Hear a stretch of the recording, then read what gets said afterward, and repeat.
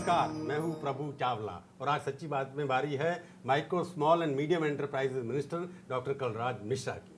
मैंने डॉक्टर बना दीजिए आपको। बहुत बहुत धन्यवाद। आप जब से टेक ओवर किया है 2 साल हो गए, आप पॉलिटिक्स में कितने साल हो गए आपको? मैं 1963 में अपना एमए पास करने के पश्चात राष्ट्रीय स्वयंसेवक संघ का प्रचारक बना। फुल टाइम प्रचारक रहे हैं? जी हाँ। और फिर 1968 में भारतीय जनसंघ का संगठन मंत्री के रूप में काम करना शुरू किया।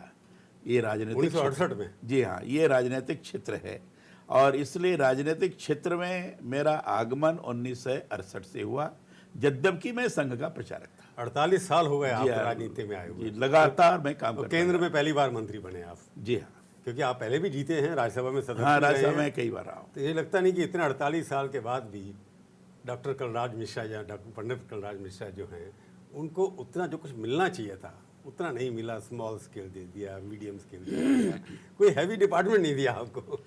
देखिए, मैं राष्ट्रीय स्वयंसेवक संघ का प्रचारक रहा हूं और आज भी इस संघ के प्रचारक की मानसिकता है। संघ का प्रचारक अपेक्षा से नहीं आता है, एक उद्देश्य को ध्यान में रखते हुए काम करने की दृष्टि से आता है। और मैंने वही एक उद्देश्य रखा, राष्ट्र सर्वोपरि, देश सर्वोपरि। नहीं, वो तो और उसके लिए जो भी नेतृत्व करता है, ये तो संघ जहां भी उपयुक्त समझते हैं वहां मेरा नियोजन करते हैं। ये तो संस्कार है ना आपके। उस संस्कार के कारण ही आगे बढ़ता जा रहा हूं। इसलिए आगे नहीं ना, जिससे आपसे बढ़ना चाहिए था आगे, तो क्योंकि इतना बड़ा चेहरा आप, इतने सीनियर, और आपसे जूनियर व्यक्ति जो है इंडिपेंडेंट बड़ी बड़ी मिनिस्ट्री के चार्ज मिल के उनको कोई चीफ मिनिस्टर बन गए, और डॉक्टर कलराज मिश्रा जो है हमारे वहीं बैठे हुए स्मॉल स्केल में। नहीं, ऐसा देखिए, आपकी योग्यता के अनुसार आपसे काम नहीं लिया जा रहा। मैं ऐसा अनुभव करता हूं कि माइक्रो स्मॉल एंड मीडियम ये सामान्य नहीं है। मैं इसको छोटा नहीं मानता हूं। मैं ये कह सकता हूं, मैं आपको कह सकता हूं, आप जितने भी डेवलप कंट्रीज हैं, इन डेवलप कंट्रीज के मूल में अगर आप जाएं कि डेवलप कंट्री कैसे हुई, तो उसके मूल में micro small and medium enterprises ही हैं, जो सूक्ष्म लघु और मध्यम उद्योग। और इंडिया में सबसे ज्यादा है उसी के कारण, जी हाँ, इंडिया उसी में के कारण उनका विकास हुआ। इसलिए प्रधानमंत्री जी ने मेरे ऊपर विश्वास करते हुए कि इस चीज को अगर सही तौर पर व्यवहारिक रूप प्रदान कर सकता है तो कलराज जी कर सकते हैं, ये उनको विश्वास था और इसलिए उन्होंने मुझे micro small and medium enterprise दिया। हमारे कि आप ईस्टर्न यूपी के रहने वाले हैं, वहाँ पर ज़्यादातर कृषि प्रधान इलाका है, तो कलराज मिश्रा जिसे उस तरह का कोई काम लेना चाहिए था जिससे उनकी जो चाव है, जिसमें एकेडमिक्स में आप अच्छे होंगे, मैं ऐसे मान करके चल रहा हूँ। तो ये लघु जो काम दीजिए जिसमें इंडस्ट्री से आपका लेना देना कुछ है नहीं, पर 2 साल में आपने कुछ अच्छा ज़रूर किया होगा जिसकी वजह से अब या अभी भी आपको रिटेन किया हुआ है। तो बताइए कोई 5 ऐसे काम जो आपने अच्छे नहीं, ऐसा है, देखिए, मैं प्रारंभ से ही राजनीतिक क्षेत्र में हूँ और उस राजनीतिक क्षेत्र में रहने के कारण मैं उत्तर प्रदेश में भी मंत्री रहा हूँ। वहाँ भी मैंने पीडब्ल्यूडी और मेडिकल एजुकेशन और टूरिज्म संभाला है। जहाँ तक सूक्ष्म लघु मध्यम उद्यम का सवाल है, मंत्रालय का प्रश्न है, आपने कहा है कि 5 काम ऐसे कौन से किया आपने 2 वर्ष के अंदर। मैं आपको बताना चाहूँगा कि सबसे बड़ा काम तो मैंने ये किया कि आम जो छोटा उद्यमी था, रजिस्ट्रेशन के लिए उसको बहुत परेशानी जाया करती थी, और जब लोन भी लेता था तो लोन के अंतर्गत भी उसको बड़ी दिक्कत जाती थी। रजिस्ट्रेशन के अंदर परेशानी के कारण प्रधानमंत्री तक को कहना पड़ा कि लोग ये शिकायत करते हैं कि रजिस्ट्रेशन जल्दी नहीं हो पा रहा है।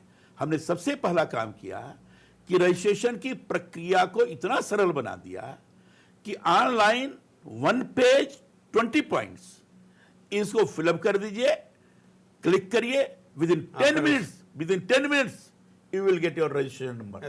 जी, ये बहुत बड़ी उपलब्धि है। दूसरी चीज, कितने नंबर बढ़े इसकी वजह से? इस समय आप आश्चर्य करेंगे, 6 महीने केवल हुआ, 6 महीने के अंदर 10 लाख से ज्यादा रजिस्ट्रेशन होंगे।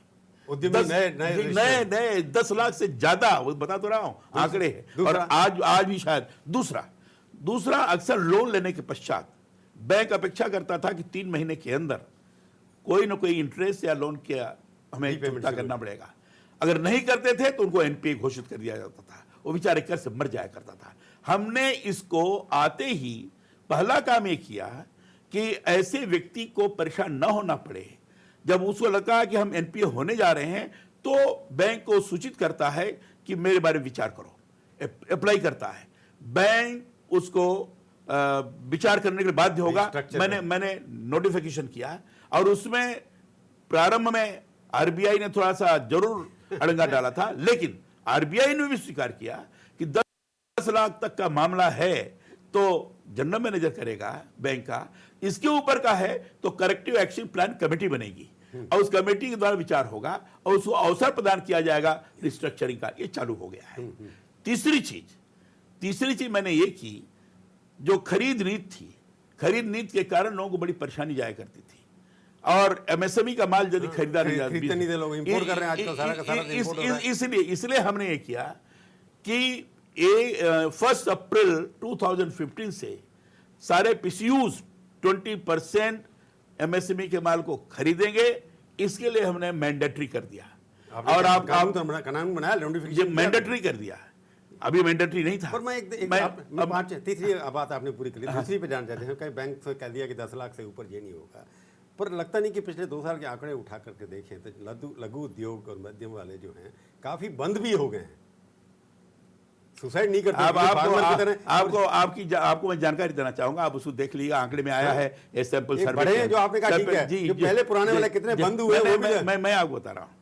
मैन्युफैक्चरिंग के क्षेत्र में 9.3% की बढ़ोतरी हुई है, इसमें एमएसएमई में 9.3% की बढ़ोतरी। ये जो सैंपल सर्वे का है, एमएसएमई में 9.3% की ग्रोथ हुई है और मैन्युफैक्चरिंग की कम हुई है, टोटल कम हो गई।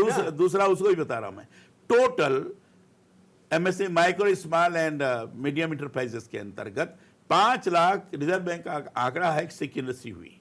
पिछले बार 4 लाख से कुछ ज्यादा था, इस बार 5 लाख हुई।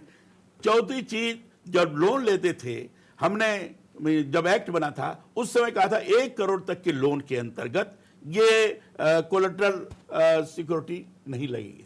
हमने कहा नहीं, ये ठीक नहीं होगा, इसी जिम्मेदारी हमने ली और हमने जिम्मेदारी लेकर क्रेडिट गारंटी ट्रस्ट फंड ये खोला और हम उसको 75% की हम गारंटी ले रहे हैं।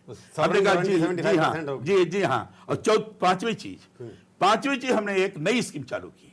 ये नई स्कीम ऐसी है जिसको अभी आपने कहा कि कैसे नीचे तक ले जाएंगे। हमने इनोवेशन की बात कही गई, हमारे प्रधानमंत्री जी ने इस पर ज्यादा जोर दिया, तो हमने एक स्कीम चालू की और उस स्कीम का नाम है scheme for promotion of innovation, rural industry and entrepreneurship, Aspire. ये एस्पायर स्कीम के अंदर हमारे ये लाइवलीहुड बिजनेस इंक्यूबेटर सेंटर हैं और टेक्निकल बिजनेस इंक्यूबेटर सेंटर, जिसमें 22 हमने लाइवलीहुड बिजनेस इंक्यूबेशन सेंटर इस समय तक चलाया है और 3 टेक्निकल बिजनेस, ये 5 जो है महत्वपूर्ण चीजें, इसके अलावा भी और किया है, आप कहें तो उसको भी गिना। प्रधानमंत्री ने क्रिएट की थी और आपको जिम्मेवारी दी कि यहाँ पर रोजगार बढ़ेगा कि हर साल हम 2 करोड़ रुपए 2 करोड़ की जॉब्स क्रिएट करेंगे। अगर आंकड़े उठा करके देखें तो हिंदुस्तान के अंदर यूथ की अनएम्प्लॉयमेंट पिछले 2 सालों में बढ़ी है, कम नहीं हुई है। तो आपकी जो स्कीम है 1,10 करोड़ की मुद्रा और ये और सब जो आपने गिनाया है मेरे को, वो जा कर रहा है पैसा, उसका असर कहाँ हो रहा है? बेकारी तो बढ़ रही है देश के अंदर, बेकारी बढ़ रही है कि नहीं मानते आप? मैं आपको बता रहा हूँ, देखिए बेकारी बढ़ी है, बेकारी के समाधान के लिए कार्यक्रम भी चल रहे हैं और मैं आपको बता रहा हूँ, आप ये समझें कि बिगड़े हुए सिस्टम को तत्काल खत्म कर दिया जाएगा, ये सोचना भी रोका तो जा सकता है। रोका है, रोका है।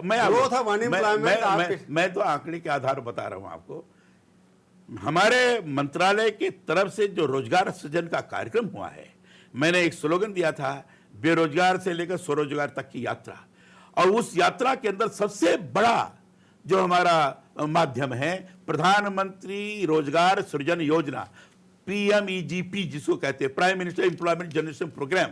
और prime minister employment generation programme के अंतर्गत 1 लाख से ज्यादा यूनिट हमने 2 वर्ष के अंदर तैयार की और उसके लगभग 7 लाख हमारे रोजगार तो लगे। जी, आंकड़े और आंकड़े नहीं, आंकड़े और नारे में मैं आपके कहते हैं भाई जो आप भी बोल रहे हैं वो तो आंकड़े बोल रहे हैं, आंकड़े- वो भी आंकड़े बोल रहे हैं, चूंकि वो Unemployment बढ़ रही है, इसको आप dispute नहीं कर रहे। चूंकि वो हमारे निगेटिव है इसलिए उसको आप कह रहे हो ठीक है, और हम पॉजिटिव बोल रहे हैं तो कहते हैं मैं आंकड़े। उसको चैलेंज किया, नहीं। आपका काम करने का मैं- उद्देश्य ये था कि अनएम्प्लॉयमेंट कम होगी। मैं कर रहा हूं ना। अब 10वीं पास से फेल आदमी कोई व्यक्ति है, हाँ, हाँ। उसके लिए सबसे ज्यादा आपकी यहाँ इतना तरक्की कर रहा हूं होती है। मैं। उसमें 10वीं से कर रहा कम हूं। साल के लोगों के नंबर अनएम्प्लॉयमेंट की बढ़ती चली मैं जा रही कर है, रहा हूं। कम तो नहीं हो रही मैं वही तो कर रहा नहीं, मैं कर रहा हूं उसको, और आबादी इतनी बढ़ी हुई है, ये ठीक है, हमने प्रभावी तौर पर करने की कोशिश की है, हमने मैसेज देने का प्रयास किया है कि ऐसे लोगों की हम training livelihood business incubation centres के माध्यम से हम करा रहे हैं। लाइवलीहुड बिजनेस इंक्यूबेशन सेंटर्स में क्लास 10th पास, ITI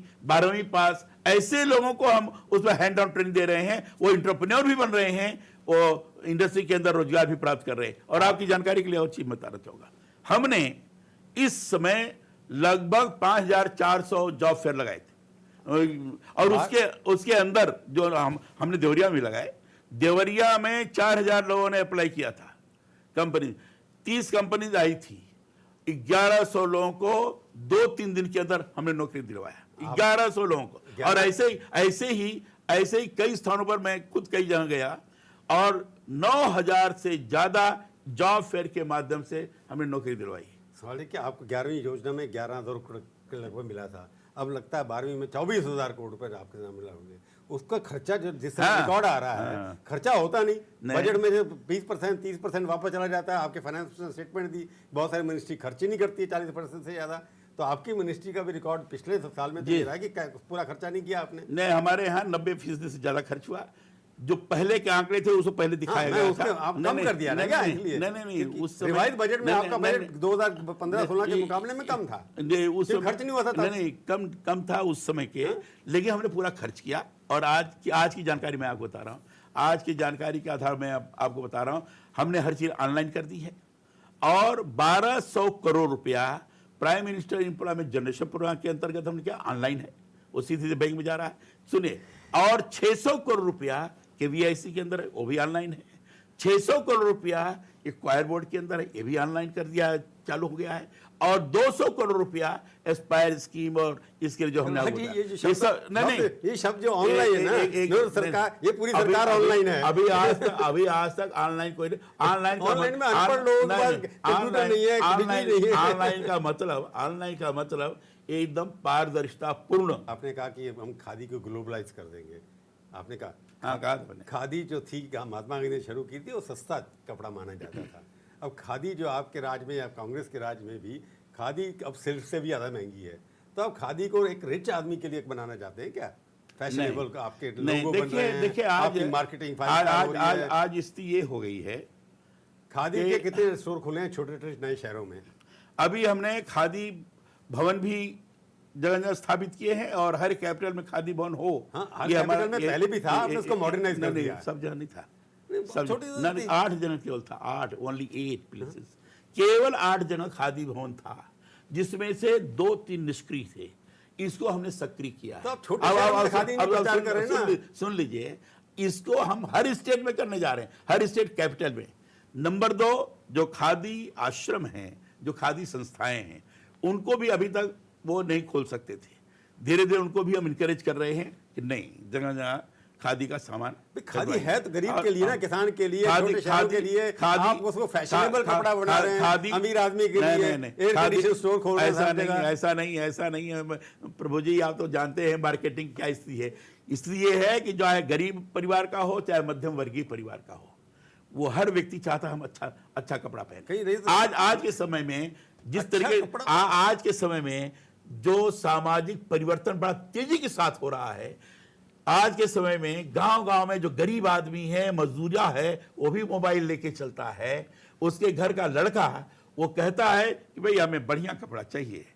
जब बढ़िया कपड़ा चाहिए तो उसका थोड़ा बहुत दाम तो लगता ही है, अब वो परचेज करता है। महंगी करने जा रहे हैं? नहीं, महंगी नहीं, खादी को गुणवत्ता युक्त किया है हमने, गुणवत्ता युक्त किया है। इस कारण दाम तो बढ़ेगा ही थोड़ा बहुत। एक प्रचार अखबारों में देखा, मैं कहीं देखा, मैं आपसे सीधा सवाल पूछ रहा हूँ, सच्ची बात पूछिए कि खादी को इतना मॉडर्नाइज कर रहे हैं तो इसके बाद प्राइवेटाइजेशन का हो जाए ताकि इतनी बड़ी मार्केट बनी बनाए किसी एक उद्योगपति को हैंड ओवर कर दें, ऐसा एक पढ़ा है मैंने सोशल मीडिया पर, मीडिया पे भी वो पढ़ते रहिए। लेकिन खादी का प्राइवेट करेंगे उसको, खादी उद्योग को। देखिए खादी का प्राइवेटाइजेशन, खादी का प्राइवेटाइजेशन नहीं होगा, ये मैं बहुत जिम्मेदारी के साथ बोल रहा हूं।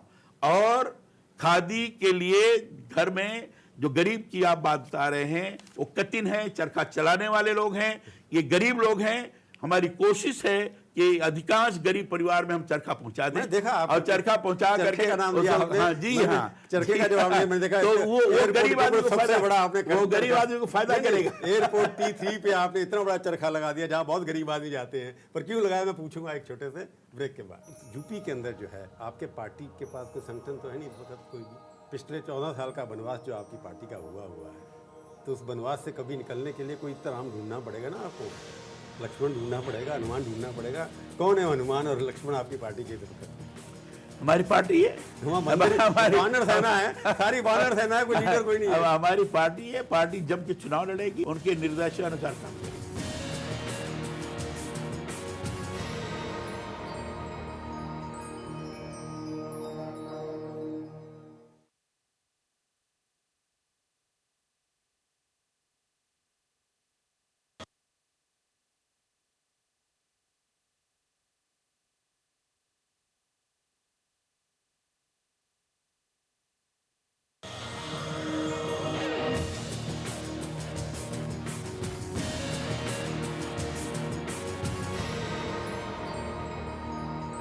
सच्ची बात में आपका एक बार फिर से स्वागत है। आज हम बातचीत कर रहे हैं कलराज मिश्रा जी से। आपने कहा हमने चरखा लगा दिया एयरपोर्ट। एयरपोर्ट तो गरीब आदमी का अड्डा तो नहीं है ना, T3 पे लगाया। इसका मतलब आपका मैसेज ये है कि चरखा जो है उसको भी एक मार्केटिंग प्रोडक्ट बना दो बड़े बड़े लोगों के बीच में।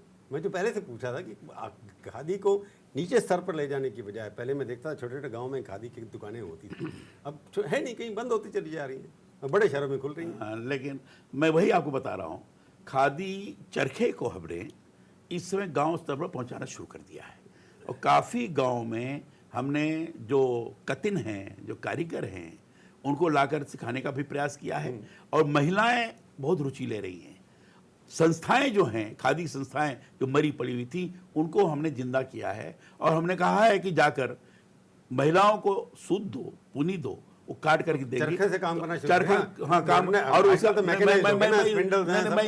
इसलिए कह रहा हूँ, उसके स्पेंडल्स भी बढ़े हैं। स्पेंडल्स 8 स्पेंडल्स का हमने किया है।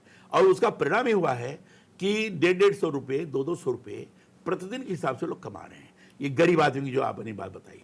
जहां तक बाकी सारी चीजें, देखिए खादी तो स्वदेशी का प्रतीक है। खादी तो आजादी के संग्राम का है ना, ठीक है। और खादी तो गांधी जी के भारतीय अर्थव्यवस्था का प्रतीक है। और खादी को उसी रूप में हम देखते हैं। और उसी रूप में देखने के कारण लोग इंस्पायर हों, लोग खादी के इतिहास को जानने का प्रयास करें। आज भी पढ़े लिखे लोग खादी के इतिहास पूछे तो नहीं बता पाते। उसके लिए चरखा, ये जो अंतरराष्ट्रीय हवाई अड्डे पर आप बता रहे हैं, उसके लिए कम से कम देखें तो सही क्या ये बना है, आगे क्या रहा है। हम चरखे की तरफ वापस जा रहे हैं। नहीं, चरखे की तरफ नहीं, आगे चरखा का इतिहास क्या है वो जाने तो सही। प्रधानमंत्री कर सके, हाँ। अपनी कॉन्स्टिट्यूंसी के आसपास डेवलप होना चाहिए, वहीं से मिस्टर जैसे टेक्सटाइल भी दे दिया कि टेक्सटाइल सबसे ज़्यादा उनके यहाँ है, तो स्मृति ईरानी उनको वहाँ लगा दिया। आप भी पूर्व के हैं, वहाँ से चंदौली से मिनिस्टर बना दिए, जो पड़ोसी की कॉन्स्टिट्यूंसी है उनको बना दिया और मिनिस्टर। और वहाँ ईस्टर्न के मिनिस्टर इतने सारे हैं, 15 में से कम 6-7 हैं जो ईस्टर्न यूपी से आते हैं। इसको लगता है कि ईस्टर्न यूपी के ऊपर ज़्यादा इम्फेसिस दिया जा रहा है। देखिए, आप बीजेपी की सारा का सारा कुछ वहीं पर देखिए जो ये जीतेगा वो यूपी में राज करेगा। प्रधानमंत्री जी ने ये कभी नहीं कहा कि हमारे क्षेत्र में जाकर कोई ऐसी बात करो। लेकिन वाराणसी एक ईस्टर्न यूपी का या उस क्षेत्र का महत्वपूर्ण केंद्र है। इसे स्वाभाविक है कि आर्थिक दृष्टि से लोगों को लाभान्वित किया जा सके, इसके लिए प्रमुख चीज करने का प्रयास होता है। और ये जो टेक्सटाइल पार्क है केवल वही थोड़ा नहीं है, टेक्सटाइल पार्क कई जगह लगाने राजनीतिक दृष्टि से तो राजनीतिक दृष्टि से भाई 15 लोग में से 6-7 लोग एक ही इलाके से आए हैं, तो पूरब पर जीतो, पूरब से आप लखनऊ अवध पर भी जीत लेंगे, ऐसा कोई विचार है क्या? वो अब जैसे देवरिया से मैं हूँ, जब भी मेरा जरूर जिला गाजीपुर पड़ता है। सारे के लेकिन सारे देवरिया अपर से- लोग हैं ना, आप वहाँ से जितने भी हैं, सारे के सारे अपर कास्ट लोग हैं। अनुप्रिया पटेल है, हमारे ओबीसी तो है। आपकी पार्टी से नहीं थी, वो दूसरी पार्टी से थी। लेकिन मंत्री तो है, हमारे कैबिनेट में है, तो वो तो लिया है और इसी ढंग से और भी लोगों को लिया है। ऐसा नहीं है कि बाकी को लोग नहीं है। समाज के सभी वर्ग के लोगों को समायोजित करने का प्रयास किया गया है। हमारे उत्तर प्रदेश से संतोष गंगवार भी है, मंत्री हैं। हमारे उत्तर संतोष गंगवार तो किशन राज भी उनका डिमोशन कर दिया गया उठा करके, इंडिपेंडेंट 4 से उनको फाइनेंस, कोई डिमोशन नहीं, इंडिपेंडेंट 4 से डिमोशन नहीं होता, किसी का कोई डिमोशन नहीं है। ये नई मिनिस्ट्री मिली है और अच्छी मिनिस्ट्री मिली है। और मैं निश्चित रूप से कह सकता हूं कि वित्त के बारे में पूरे विस्तार से इंटीग्रेटेड जानकारी यूपी के हमारे संतोष जी को प्राप्त होगा। कोई सामान्य बात थोड़ी है। जी तो छोटे सोशल सेक्टर से आते हैं। संतोष जी को इंडिपेंडेंट 4 से हटा करके फाइनेंस में सिर्फ एक एमओएस बना देना, ये हो सकता है आपकी वजह से प्रमोशन नहीं हो, परंतु जनता की नज़र में लगता है कि इंडिपेंडेंट 4 से हटा करके उनको हटा देना किसी को बिल्कुल चाहिए। देखिए, जनता के निगाह में क्यों ये लगता है कौन कहाँ रह करके अच्छा काम कर सकता है। यूपी के और जनता के निगाह में वो काम चाहिए, जन कल्याणकारी काम चाहिए। संतोष जी निश्चित रूप से जन कल्याणकारी कार्य करने में सक्षम है। हर जगह वहां भी किया उन्होंने, पहले भी जीते हैं, कितने साल से रहे हैं, वहां भी करेंगे। इसलिए जनता के ऊपर इसके कारण कोई बहुत लगता है यूपी के लोग मिनिस्टरों के साथ ज्यादातर जो है, इतने सारे जीत के आते हैं, 73 MP हैं, इंपॉर्टेंट पोस्ट ज्यादा दी नहीं जाती उनको। 12-15 मिनिस्टर हैं। अच्छा, मैं प्रभु जी मैं आपसे पूछ रहा हूँ, प्रधानमंत्री उत्तर प्रदेश के, ठीक है, गए वहां से। गृह मंत्री उत्तर प्रदेश के, रक्षा मंत्री उत्तर प्रदेश मतलब के, गोवा वाले उत्तर प्रदेश के हो गए, गुजरात वाले भी उत्तर प्रदेश के हो गए। क्या करें, वहां से चुनाव लड़े। अभी यूपी में चुनाव हो रहा है। कलराज मिश्रा सबसे सीनियर फेस है वहाँ पर, ब्राह्मण फेस भी हैं और सब जीत आए हैं, तो आपको क्यों नहीं प्रोजेक्ट करते हो chief minister candidate? Kalraj Mishra जहाँ इस पर अध्यक्ष भी रहे हैं पार्टी के आप, जहाँ कलराज मिश्रा के बारे में इन विशेषणों से आपने अलंकृत किया है वहीं कलराज मिश्रा संगठन के एक ऐसे व्यक्ति हैं जो संगठन की हर मर्यादा को ध्यान में रखते हुए व्यवहार करते हैं। सच्ची बात और सच्ची बात मैं आपको 40 साल से जानता हूँ, आपका दिन लगता कि आप मुख्यमंत्री बने देश प्रदेश के? मैं फिर से एक राजनीतिक मैं अपने मन की भाषा के स्वयं के साथ जो जिम्मेवारी है, आप कहेंगे मैं स्वयं से हूँ, जो जिम्मेवारी दी जाएगी मेरे को दी जाएगी, मैं जानता हूँ, पर दिल से मुझे तो लगता होगा। मुझे आपके साथ बैठकर क्या बात करनी ये मैं अच्छी तरह से जानता हूँ, वही मैं कर रहा हूँ। तो आपका फेस कौन होगा फिर? अब ये वही नेतृत्व तय करेगा। बिना फेस के आप चुनाव जीत सकते हैं? हमारे पार्टी का नेतृत्व तय करेगा। स्ट्रेटजी बनाना चुनाव की हमारे पार्लियामेंट्री बोर्ड का या अध्यक्ष जी जिन लोगों के साथ बैठ करके स्ट्रेटजी बनाने की बात सोचते हैं उनका काम है। स्ट्रेटजी बनाना हमारा काम नहीं है। और अगर हमें कोई बात लगती है तो हम अपने राष्ट्रीय अध्यक्ष को बता देंगे कि स्ट्रेटजी बनाते समय इन सारी बातों का भी आप ध्यान रखिए। इसलिए उत्तर प्रदेश में फेस कौन होगा, उत्तर प्रदेश में कैसे चुनाव लड़ा जाएगा, ये तो वही स्ट्रेटजी बनाएंगे, वो वही घोषणा कर सकते हैं, हम नहीं कर सकते। सवाल ये है कि आपके अध्यक्ष जो हैं नए स्ट्रेटजी वाले हैं, उन्हें बड़े चुनाव जीते हैं, उनको चुनाव लड़ाना आता है, परंतु उनकी उम्र सिर्फ आपके पॉलिटिकल एक्सपीरियंस से सिर्फ 3 साल बड़ी है। आप जब से राजनीति में 51 साल के हैं, आप 48 साल से राजनीति में हैं, तो आपको लगता नहीं कि वहाँ फेस होना चाहिए? आपकी अपनी व्यक्तिगत क्या है? नहीं, मैं तो ये कह रहा हूँ कि इस हिसाब से आप देखेंगे तब तो मैं सबसे उस मंत्रिमंडल में तो मैं सीनियर ही हूँ सबसे। माने मैं एज के आधार पर, तो एज के आधार पर सीनियर होना एक अलग बात है, लेकिन जिम्मेदारी के आधार पर जिसके जिम्मे नेतृत्व है वह नेतृत्व करता ही, भले ही एज के कारण कोई सीनियर व्यक्ति उनके साथ जुड़ा हुआ हो, वो नेतृत्व करता ही सारी बातें निर्धारित करता है, वही परामर्श करेगा। जसवंत सिन्हा जो कहने के 75 के बाद लोग ब्रेन डेड कहा जाता है, किसी ने कहा था उनके बारे में, तो आपका ब्रेन बड़ा एक्टिव लगता है। ऐसा है, मैं उस दृष्टि से जसवंत जी की उस पर कोई टिप्पणी नहीं कर सकता। पर एक बात बताइए, मैंने फिर यूपी में आपकी लड़ाई किसके साथ है, मायावती के साथ या समाजवादी? देखिए, समाजवादी पार्टी के या कांग्रेस के साथ? समाजवादी तीसरे चौथे की लड़ाई सीधे हमारी लड़ाई समाजवादी पार्टी के साथ है। पहले लगता था लेकिन जो स्थिति वहाँ जिस तरीके से भागने की प्रक्रिया चालू हो गई है, उससे मुझे लगता है कि सीधी लड़ाई हमारी समाजवादी पार्टी। 3 मुद्दे कौन से जिसके ऊपर चुनाव लड़ेंगे आप? देखिए, सबसे बड़ा मुद्दा है कानून व्यवस्था का, दूसरा मुद्दा है विकास का, विकास हुआ है वहाँ? और उनके आंकड़े बताते हैं विकास हुआ है? आंकड़े बताते आंकड़े हैं आपकी क्या? सरकार के हैं, मैं आपको बता नीति आयोग के आंकड़े हैं। मैं आपको बता रहा हूं, इतनी खराब स्थिति है जिसकी वो नहीं होती। लेकिन मुद्दे के नाम पर मैं बताऊं, विकास हो रहे तो और अधिक होना चाहिए, और अधिक करेंगे। पहला है हमारा कानून व्यवस्था, दूसरा है विकास का मुद्दा, और तीसरा है सामाजिक सौहार्द का। ये तीनों मुद्दों को लेकर हम उत्तर प्रदेश के अंदर चुनाव लड़ेंगे। सामाजिक सौहार्द, विकास और कानून व्यवस्था। उसमें आप कलराज मिश्रा का क्या रोल होगा? आप लीड करेंगे कैंपेन में? Party star campaigner Kalraj Mishra होंगे कि नहीं होंगे? पार्टी जो हमें जिम्मेदारी देगी, उस जिम्मेदारी का प्रामाणिकता के साथ निर्वहन करूंगा। कि पिछले चुनाव में ज़्यादा प्रचार आपने नहीं किया जितना होना चाहिए था आपका। इसमें लगता है कि आपके, क्योंकि जितनी कंसल्टेशन हो रही हैं उसमें आपको थोड़ा सा उम्र के हिसाब से लगता है कि आपको कुछ और काम देने की बात होगी पार्टी में। अब मुझे ये जानकारी नहीं है, लेकिन ये बात सही है कि जो भी जिम्मेदारी दी जाएगी उसका ईमानदारी से पालन करूंगा। तो आपको यूपी के अंदर जो है, आपके पार्टी के पास कोई संगठन तो है नहीं इस वक्त कोई भी? 43 सीटें आपके पास हैं, संगठन आप अध्यक्ष रहे वहाँ पर। पिछले 14 साल का वनवास जो आपकी पार्टी का हुआ है, तो उस वनवास से कभी निकलने के लिए कोई राम ढूंढना पड़ेगा ना आपको, लक्ष्मण ढूंढना पड़ेगा, हनुमान ढूंढना पड़ेगा। कौन है हनुमान और लक्ष्मण आपकी पार्टी के इस वक्त?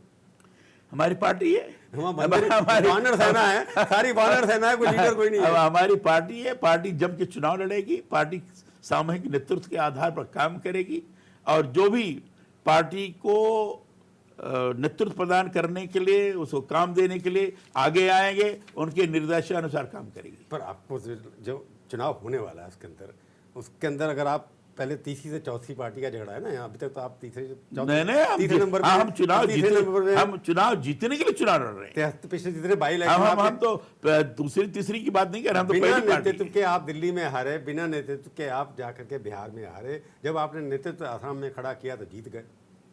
तो आपको लगता नहीं है नेतृत्व की जरूरत है? इन सारे विषयों को ध्यान में रखकर स्ट्रेटजी बनाने वाले सारा करेंगे। आप उसमें स्ट्रेटजी के पार्ट नहीं है। हमें बुलाया जाएगा तो हम बात करेंगे। तो अखिलेश यादव की गवर्नमेंट को आप कितने नंबर देंगे 10 में से? ये अभी हमने, आपके संबंध अच्छे हैं उनके? अभी मैंने एक परीक्षक के रूप में अपने को उत्तर प्रदेश को आंका नहीं है। जब आप भाषण करने जाएंगे तब तो कहेंगे ना कि ये सरकार फेल हो गई है। तो भाषण देने जाएंगे तो उस समय हम देख लेंगे क्या बोल रहे हैं। क्योंकि आपके संबंध, आपके उनके जिस तरह की भाषा का प्रयोग चुनाव में वहाँ पर हो रहा है यूपी के अंदर हर तरफ से, आप उसका अप्रूव करते हैं? मैं कभी भी इस तरह की भाषा का प्रयोग नहीं किया हूँ। नहीं, मैं अपनी जिंदगी में, अब हमारा जितने भी भाषण आप देख लेंगे, हमने कभी भी किसी के बारे में ऐसे शब्दों का प्रयोग कभी नहीं किया जिसके कारण मेरे मन को तकलीफ हो। मैंने आलोचना की है, जम के आलोचना की है, लेकिन ऐसी आलोचना की है जो सकारात्मक हो। आप ऐसी आलोचना की है जो व्यक्ति विशेष के ऊपर ना हो। नहीं, अखिलेश और समाजवादी पार्टी में कोई फर्क है? मैं समाजवादी पार्टी की नीति की आलोचना करता हूं, कामकाज करने के तरीके की आलोचना करता हूं, और आम आदमी जिस तरह से तबाही अनुभव कर रहा है, जिस तरीके से अपने को असुरक्षित महसूस कर रहा है, उसकी आलोचना करता पर अखिलेश के मुकाबले में आपके पास नेता ढूंढना थोड़ा मुश्किल काम तो है ना? किसके मुकाबले में अखिलेश तो वहाँ नहीं, हमारे यहाँ एक नेता, योग्य नेता है वहाँ। योग्य नेता है, पर प्रोजेक्ट नहीं करेंगे हम उनको। प्रोजेक्ट करेंगे हमारे रणनीतिकार। चलो, आप हमारे स्टूडियो में आए, हम देखेंगे कि आप ही हैं रणनीतिकार के नहीं। ये चुनाव में सब पता लगेगा। हमारे स्टूडियो में आए, बहुत बहुत धन्यवाद। बहुत बहुत धन्यवाद प्रभु जी, आपने सारी बातों को किया, इसके लिए मैं आभार व्यक्त करता हूं। तो ये थी आज की सच्ची बात। सच्ची बात का ये कार्यक्रम आपको कैसा लगा? आप अपनी राय हमें ईमेल के